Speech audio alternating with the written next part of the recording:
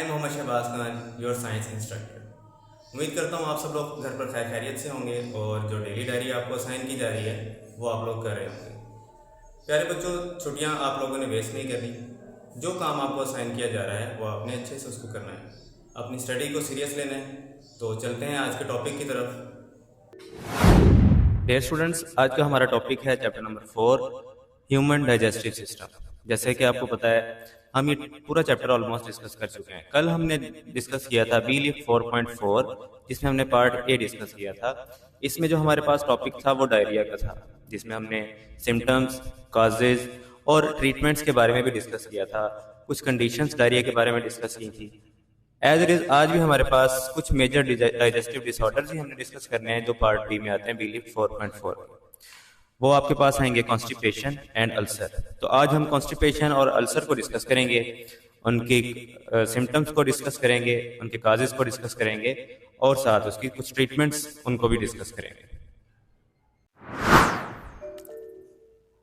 Dear students, सबसे पहले हम बीलीफ 4.4 बी का ब्रिजिंग डिस्कस करते हैं।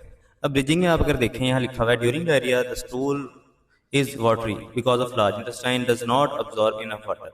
लेकिन अगर ऐसा हो कि वाटर अब्जॉर्प्शन बहुत ज्यादा हो जाए तो फिर हमारे पास क्या होता है, फिर जो कंडीशन आती है डाइजेस्टिव डिसऑर्डर की, वो कॉन्स्टिपेशन आती है। इसमें क्या होता है कि जो वाटर है वो बहुत ज्यादा अब्जॉर्ब होने लग जाता है लार्ज इंटेस्टाइन के अंदर, और ज्यादा वाटर अब्जॉर्ब होने की वजह से जो स्टूल है वो हार्ड और ड्राई होना शुरू हो जाता है और उसको पास आउट करने में काफी डिफिकल्टी फील होती है।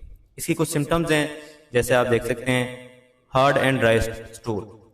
ये भी हम डिस्कस कर चुके हैं, क्योंकि लॉस ऑफ वाटर होता है, काफी ज्यादा लॉस ऑफ वाटर होने की वजह से ये हार्ड और ड्राई हो जाता है। Next, abdominal pain. Abdominal pain मतलब पेट में दर्द शुरू हो जाता है। इसके बाद आता है ब्लोटिंग। ब्लोटिंग का मतलब होता है फूलना, पेट फूलना शुरू हो जाता है, गैस बनना शुरू हो जाती है पेट में। लॉस ऑफ एपिटाइट, इसमें भूख लगना कम हो जाती है। फिर इसके कुछ काजेज हैं, जैसा कि ईटिंग लो फाइबर डाइट्स।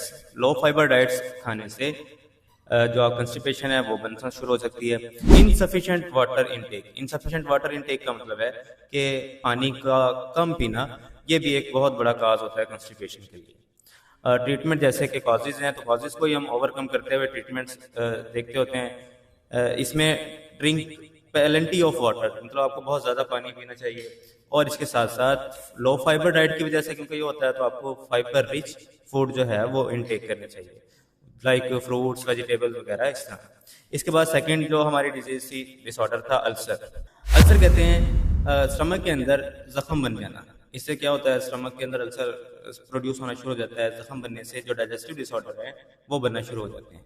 इसकी कुछ सिम्टम्स हैं, बर्निंग पेन इन स्टमक, मैदे में जलन फील होती है, वोमिटिंग, नोजिया जिसमें जैसे मतली और उल्टी का आना, लॉस ऑफ एपिटाइट, भूख का कम लगना, feel after eating only a little food. इसका मतलब है कि आप थोड़ा सा भी खा लें तो आपको ऐसा लगता है कि जैसे आपने बहुत ज़्यादा खा लिया है, आपका जो स्टमक है बिल्कुल फिल हो गया।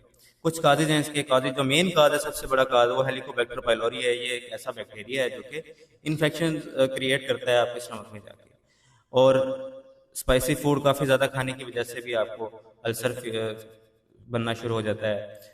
लॉट ऑफ पेन किलर्स, जब आप lot of pain killer use करते हैं, बहुत ज़्यादा पेन किलर यूज़ करते हैं, इसकी वजह से भी आपका जो स्टमक है वो इन्फेक्ट हो सकता है।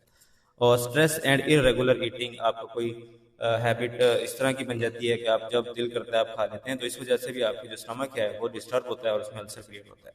ट्रीटमेंट क्या हो सकता है? ट्रीटमेंट इसका ये हो सकता है कि आप बैक्टीरिया को किल करने की मेडिसिन जो डॉक्टर्स की प्रिस्क्रिप्शन के मुताबिक यूज़ करते हैं, और हेल्दी फूड खाएं, तो इससे आपका जो अल्सर है वो ज़्यादा जल्दी जो है कवर हो सकता है।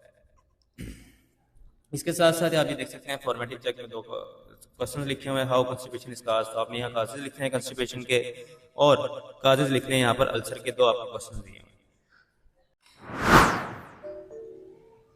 डियर स्टूडेंट्स, जैसे आप देख सकते हैं कि आपके पास टी शीट्स की फॉर्म में फॉर्मेटिव चेक भी है, जिसमें डिजीजेस के नेम लिखे हुए हैं, साथ सिम्टम्स, काजेज और ट्रीटमेंट्स के बारे में डिस्कस किया गया है।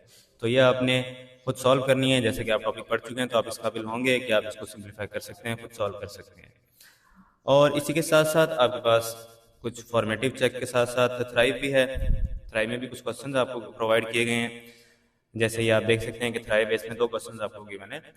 Treatment options for constipation, constipation की आपने ट्रीटमेंट इसमें लिखनी है, और इसके साथ आपका एक लॉन्ग क्वेश्चन है जिसमें आपने symptoms, causes, treatment of ulcer discuss करना है।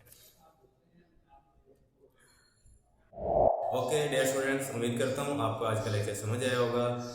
अगर आपको कोई प्रॉब्लम इसमें पेश आती है तो हमने साथ इसके PDF फॉर्म में सॉल्यूशन भी आपके साथ शेयर किए। तो अगले लेक्चर तक के लिए दीजिए इजाज़त। अल्लाह हाफ़िज़।